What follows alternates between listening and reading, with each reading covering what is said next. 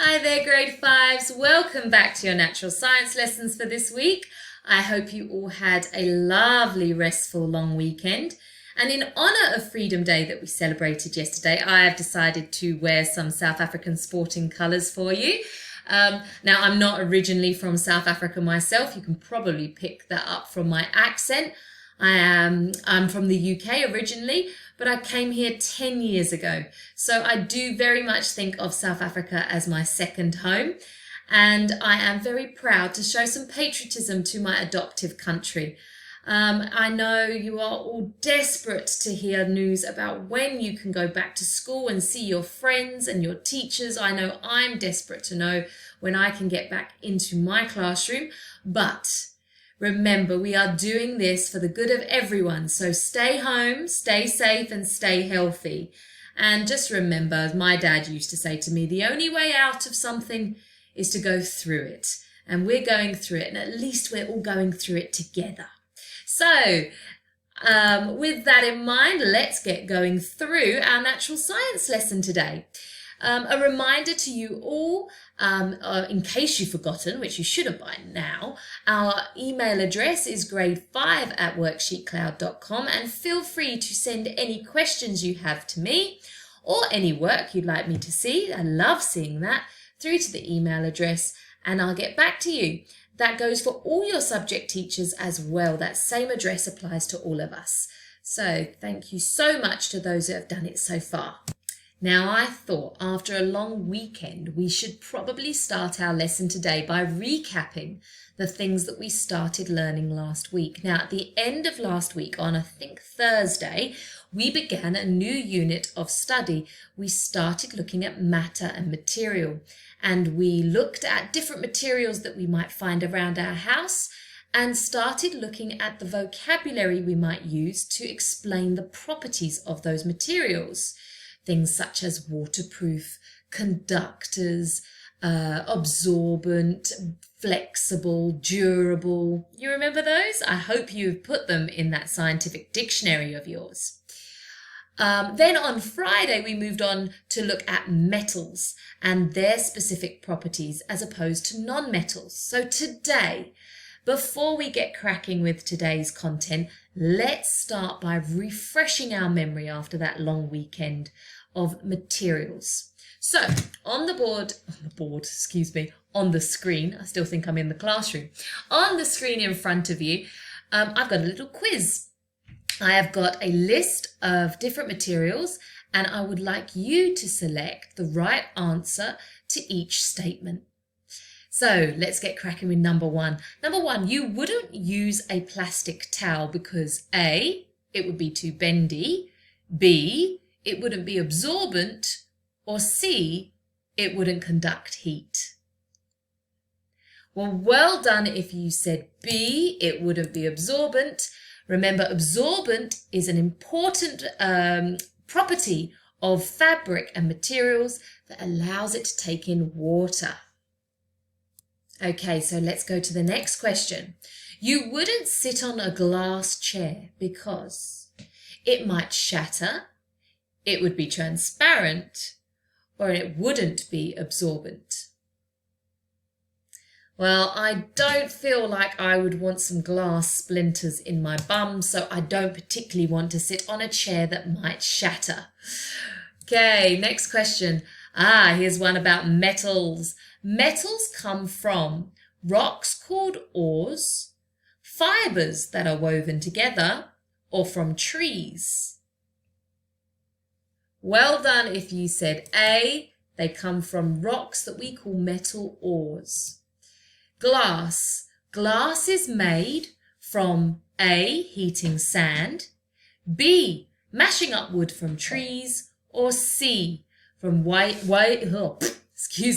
weaving fibers together. Get my tongue in my mouth today. It is, in fact, from heating sand. Paper. Paper is made from heating sand, mashing up wood from trees, or by weaving fibers together. Well, that's a nice easy one. Hopefully you all know that paper comes from trees. Why is metal used to make nails Is it because it rusts? Is it because it's shiny? Now, hopefully you remember that that word's called luster. Or is it because it doesn't bend easily? Oh yes, some metals do rust, but that's not why we want the nails made out of them. We want them made out of metal because it doesn't bend easily. Right. Why is wood used to make matches? Is it because they float? Is it because it rots? Or is it because it burns? Well, of course it's because it burns. Although wood does float and wood does rot, that doesn't really help me when I want to make a match. Okay, why is rubber used to make Wellington boots? Is it because it floats? Because it's opaque? Or is it because it's waterproof? Well, Wellington boots wouldn't be very good if they were absorbent, would they? They have to be waterproof. You should stir very hot soup with a... Now, is it going to be a metal, a wooden, or a paper spoon? Well, I definitely wouldn't want to stir my soup with a paper spoon. I would go with a wooden spoon because wood is an insulator. It will not heat up and burn my hand. Which material would make the best swimwear? A stretchy and absorbent material, a stretchy and non-absorbent material, or a non-absorbent, non-stretchy material? Now think about what you wear when you go swimming. Of course I need it to be stretchy. I don't want it to be absorbent. That would weigh me down and I would have trouble swimming. I'd probably sink to the bottom. So the answer's B. Right, well done. Now we've done that, let's have a little look at what we're going to learn today. Now, as I said last week, we learned about metals and their specific properties, properties that make them very important in our everyday lives. We learned that metals have a thing called luster, that they shine, that metals are good conductors of both heat and electricity, that metals are malleable. That means, remember, that they can be shaped and flattened into big sheets. The other word we learnt was ductile, meaning that metals can be made into thin wires that we need, obviously, for our electricity. And then we also learned that metals are called dense because they are strong and durable. Now today, we're going to extend our understanding of metals, and we're going to look at two very important properties of metals. The first is this word here, a thermal conductor. We're just going to look at that in a little bit more detail. And the second is this word here, magnetism. And we're going to look at the fact that certain metals can attract magnets. Okay, so that's what we're going to do, but we're going to try and do it in a slightly different way. Now, I don't know about you, but one of the things I'm missing about science in the classroom is those lovely live experiments.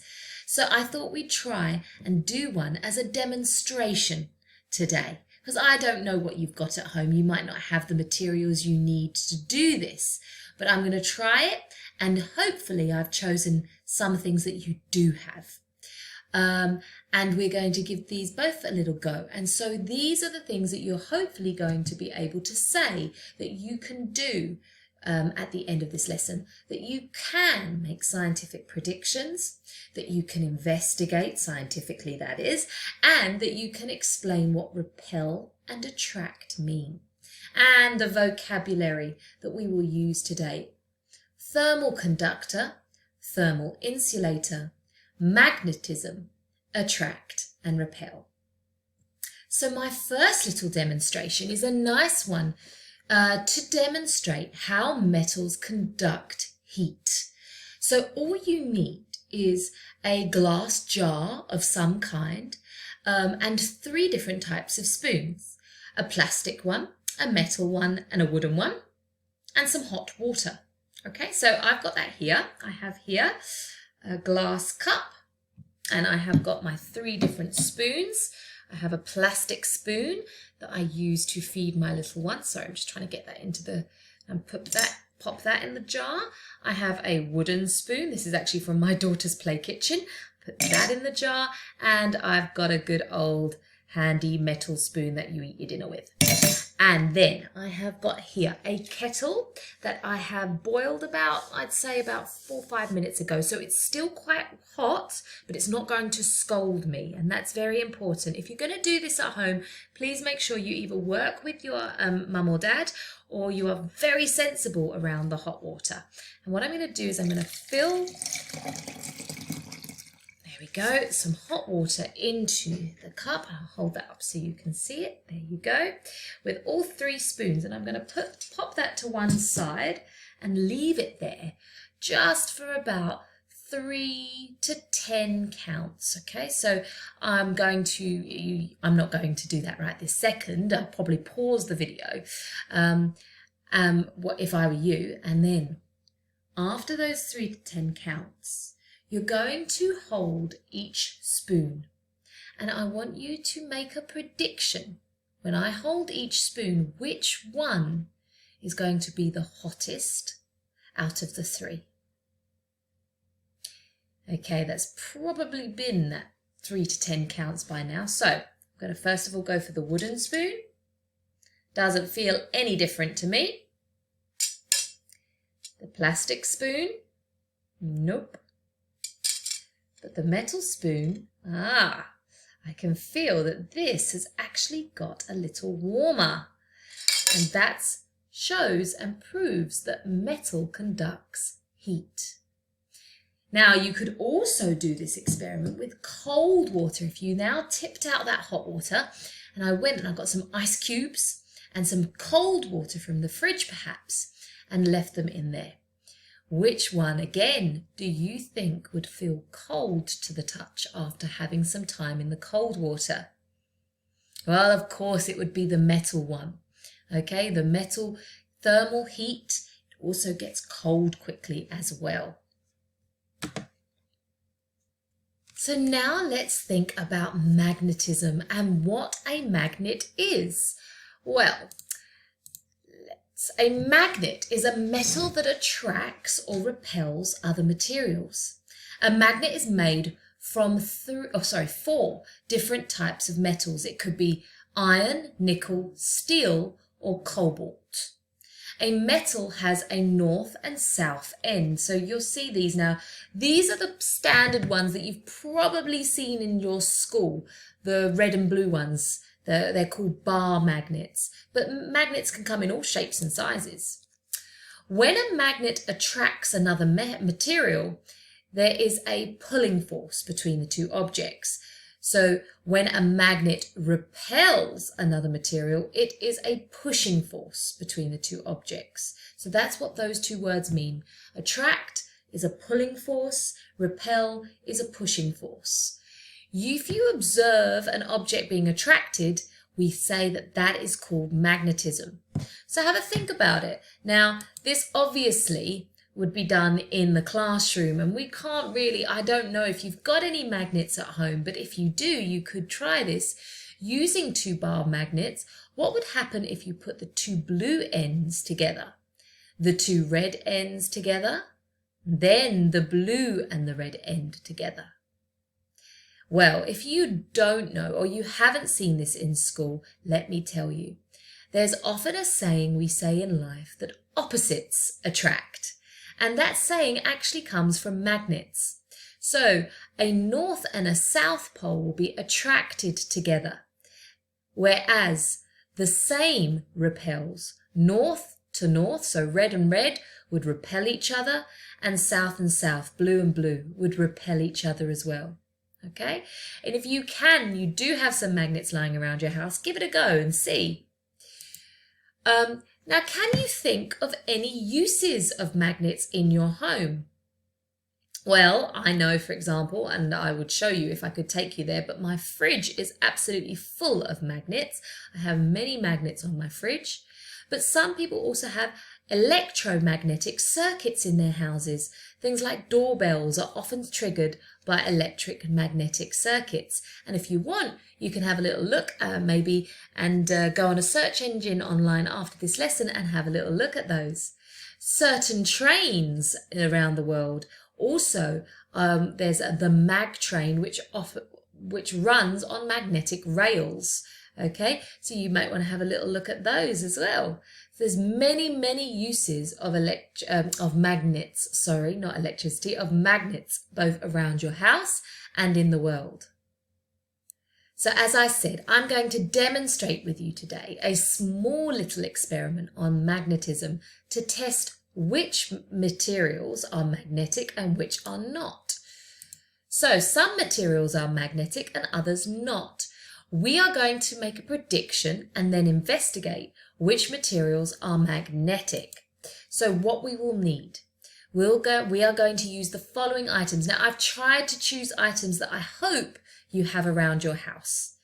A pencil, some pennies, a book, paper clips, a drinking bottle, a glass jar, a plastic ruler, a pair of scissors, a tin can, safety pins, a wooden spoon, a hairband, hair grips or hair slides, and a magnet. Now you may think to yourself, but I don't have one of these bar magnets. No, you probably don't, but you might have a few stuck to your fridge like I do. Okay, so how are we going to record our experiment and our predictions? So I've got drawn here for you a table, and you may want to take the time now to pause the video so that you could copy this down. So here I have object. Is it a metal or non-metal? And then I've got prediction. Will it be attracted to the magnet? Now remember, attracted means when it has magnetism, it will stick to the magnet. And the result, was it attracted to the magnet? Okay, so we are going to be making our predictions and then our results. So how will it work? So we need to make sure that our test is fair. That means that we only change one part of the investigation, and that is what we are testing. I'm not going to change magnets halfway through. The magnet must stay the same. In this case, I'm going to change the object and the material that I am testing, but I will stick to the same magnet. We're going to, if you're going to do this at home, you're going to arrange the items in front of you. You can't see, but I've done that. And you're going to write the names of the objects on the recording sheet that I just showed you. So you can go back and press pause and write that down. And what materials they are made from. Before testing each object, think about whether you believe it will attract or it won't attract, which is repel, remember, repel the magnet. This is called making a prediction. Write your prediction in the correct column. And then we will test the predictions. Now, if you can't do this at home, you're going to have to watch me and I will do it. If you can do it yourself later. Write the conclusion for the investigation at the very end.